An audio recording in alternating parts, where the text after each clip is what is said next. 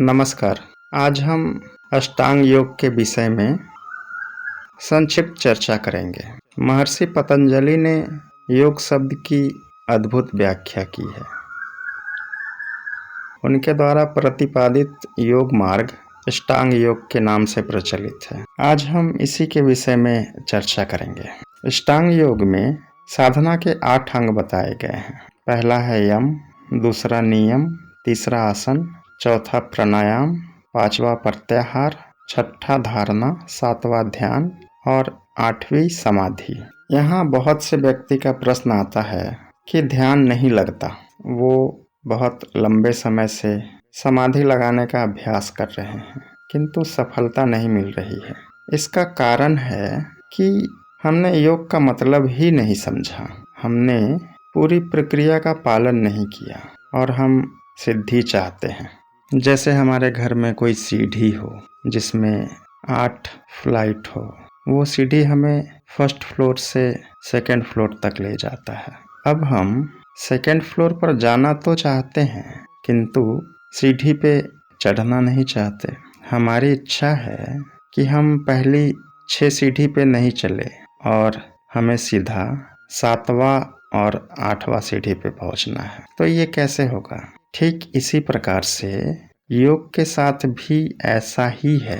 योग के जो 8 अंग महर्षि पतंजलि ने बताए हैं, ये भी सीढ़ियों की तरह ही है।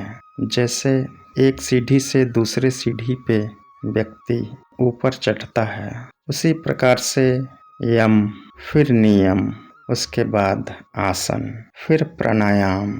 इस प्रकार से यदि कोई व्यक्ति चले तो निश्चित ही समाधि तक उसकी गति होती है। इसमें कोई संशय नहीं है। इस विषय में किसी को कोई भी संशय नहीं होना चाहिए क्योंकि ये एक प्रायोगिक मार्ग है और आप इसका प्रयोग करके स्वयं इसे जान सकते हैं।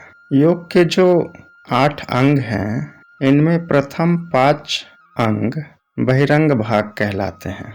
बहिरंग भाग में यम, नियम, आसन, प्राणायाम एवं प्रत्याहार आता है और शेष 3 अंग धारणा, ध्यान, समाधि अंतरंग नाम से जाने जाते हैं।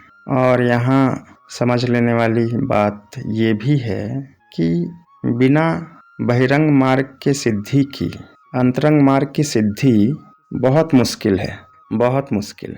बहिरंग मार्ग का संबंध बाहर की क्रियाओं से है। इस कारण बहुत से लोग ऐसा समझते हैं कि इनका महत्व योग मार्ग पर नहीं के बराबर है। हम यम, नियम, आसन इत्यादि के बिना भी समाधि को उपलब्ध हो सकते हैं, किंतु यहाँ हम ये नहीं समझते कि बिना अंतरंग मार्ग की सिद्धि के बहिरंग मार्ग का उपयोग वैसा ही है जैसे हम अपने जीवन में भोजन का उदाहरण लेते हैं। जैसे हम भोजन पकाने से पहले बर्तन धोते हैं, सब्जी काटते हैं, आटा गूंथ कर रख लेते हैं इत्यादि जो भी आवश्यक कार्य है वो पहले पूर्ण कर लेते हैं। फिर बर्तन को चूल्हे पर रखकर आग जलाते हैं और भोजन बनाते हैं। तब स्वादिष्ट खाना बनकर तैयार होता है जो हमारे खाने योग्य होता है। यदि हम बर्तन ना धोए, सब्जी जैसे हमने लाई है वैसे ही बिना धोए, बिना छीले, बिना काटे बर्तन में डाल दें, फिर भोजन बनाएं, तो क्या वो भोजन खाने योग्य होगा? वो भोजन कैसा होगा? वो भोजन ऐसा ही होगा जैसे दूषित भोजन, जिसके खाने से स्वास्थ्य लाभ नहीं होता, जिसके खाने से बीमारियां प्रकट होती है। यही हम कर रहे हैं। हमारा चित्त पूरी तरह से दूषित है, मन विकारों से ग्रस्त है और हम ध्यान करते हैं, धारणा का अभ्यास करते हैं। तो इसका क्या परिणाम आएगा? इसका परिणाम आएगा कि चित्त या मन और बीमार हो जाएगा।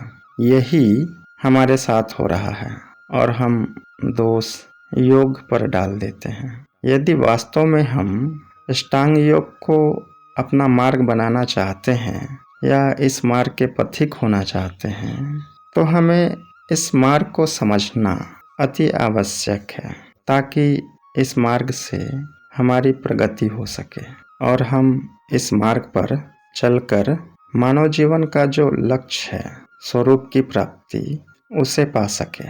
अब हम अष्टांग योग के जो 8 अंग हैं उस पर संक्षिप्त रूप से चर्चा करते हैं। प्रथम है यम। यम के अंतर्गत 5 नियम आते हैं, जैसे पहला है सत्य, फिर अहिंसा, फिर असत्य, चौथा है ब्रह्मचर्य और 5वां अपरिग्रह। इन 5 को समेकित रूप से यम कहा जाता है। यम को यदि गहराई से समझे तो यम का जो पहला नियम है वो है सत्य। सत्य क्या है? सत्य है हमारे द्वारा जैसा निश्चय किया हुआ हो और सही अंतःकरण से प्रिय शब्दों में या आसान शब्दों में जैसा है वैसा प्रकट कर देना या यथार्थ बोलना। जो है जैसा है वैसा ही बोलना सत्य कहलाता है। सत्य के बाद स्थान आता है अहिंसा का। अहिंसा किसे कहते हैं? अहिंसा का तात्पर्य है किसी भी प्राणी को अपने मन, वचन और कर्म से किसी भी प्रकार का कष्ट नहीं पहुंचाना अहिंसा है। तीसरा जो नियम है उसे असत्य कहते हैं। असत्य का अर्थ है कि मन से या शरीर के द्वारा किसी की भी वस्तु हमें जबरदस्ती छीनना नहीं है, लेना नहीं है या चुराना नहीं है।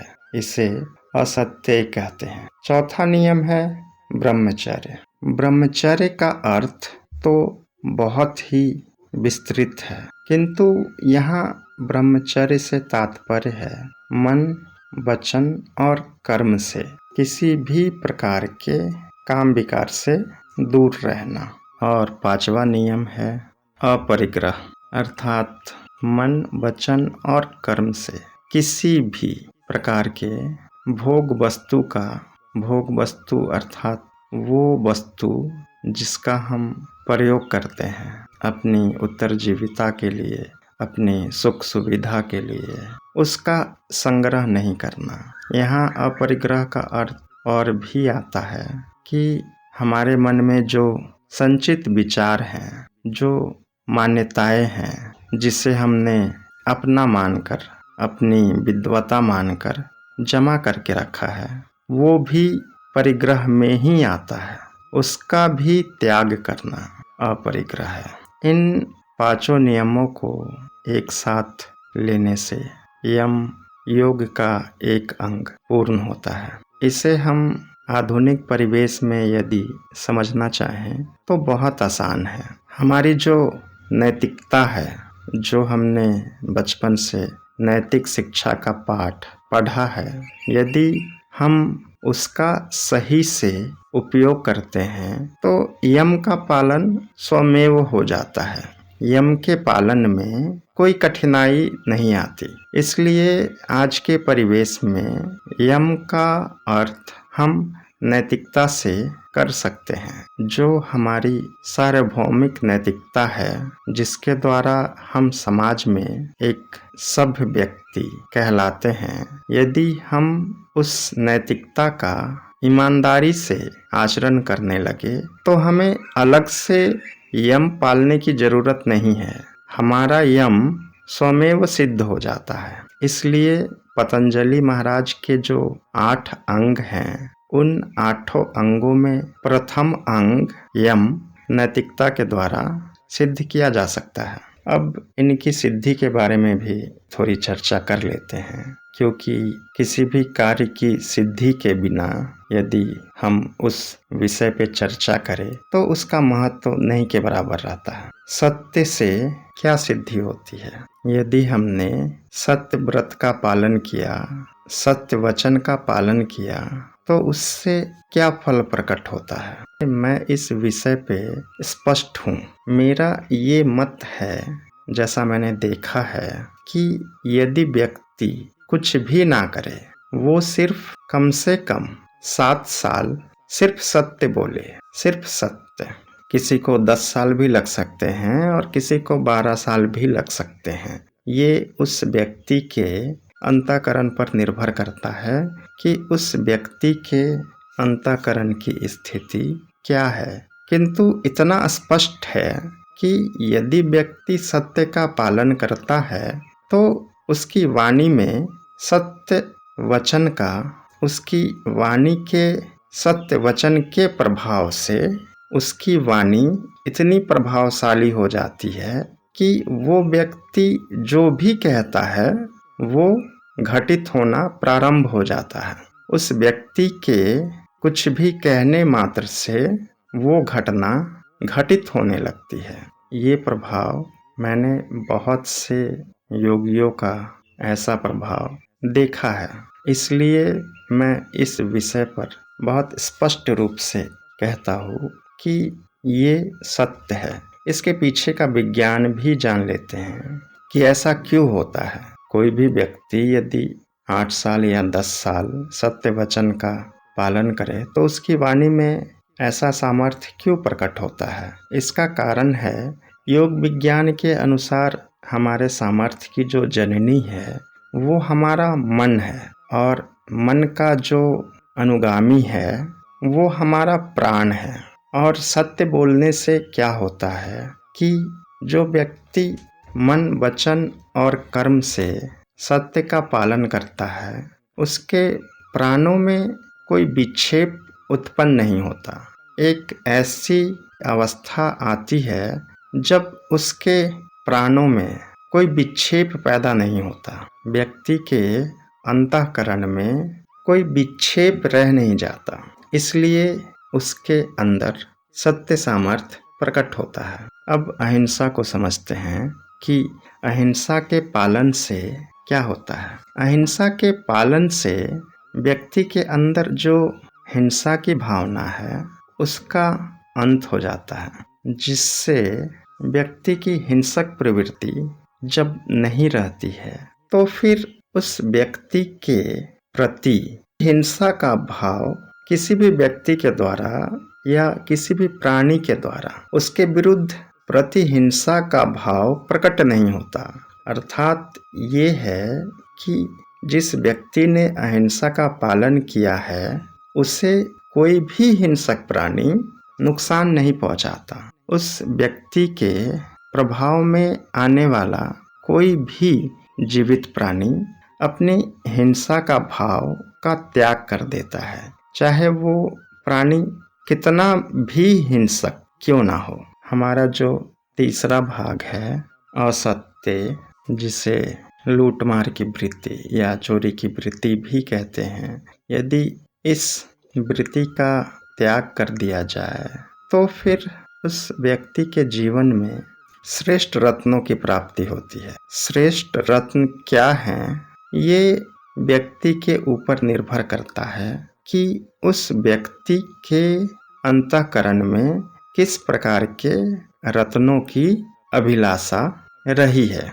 इस विषय में ज़्यादा कहना उचित नहीं है, क्योंकि ये विषय हर एक व्यक्ति के जीवन पर निर्भर करता है। उस व्यक्ति के संस्कार और व्यक्ति के जो भाव हैं उस पर पूरी तरह निर्भर है। इसके बाद स्थान आता है ब्रह्मचर्य का। ब्रह्मचर्य का अच्छी प्रकार से पालन होने पर शरीर और मन अत्यंत शक्तिशाली हो जाते हैं।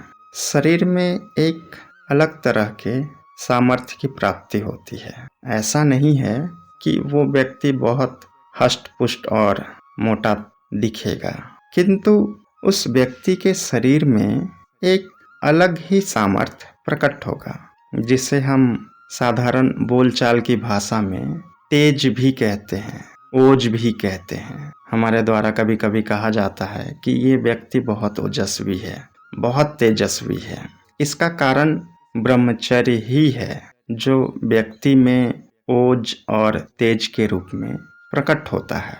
और यम का जो 5वां और सबसे अंतिम भाग है, जिसे हम अपरिग्रह कहते हैं, इसके पालन से व्यक्ति के अंदर जो विषय वासना है, जो वस्तुओं को और पदार्थों को संग्रह करने का भाव था, संग्रह करने की मनोस्थिति थी, उसके त्याग से वैराग्य की प्राप्ति होती है। उस व्यक्ति का मन इतना संयमित हो जाता है कि उस व्यक्ति को पूर्वाभास इत्यादि का अनुभव स्वयं ही मिलने लगता है। उसे कुछ विशेष करने की आवश्यकता नहीं होती।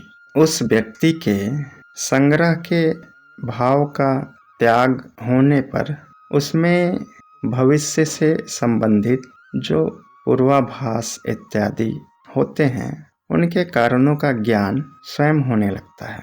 इस प्रकार से हमने देखा कि यदि यम के नियम का ही सिर्फ पालन किया जाए तो बहुत सी ऐसी सिद्धियां हैं जो स्वयं प्रकट होने लगती है। उन्हें प्राप्त करने के लिए किसी विशेष साधन सामग्री की आवश्यकता नहीं होती।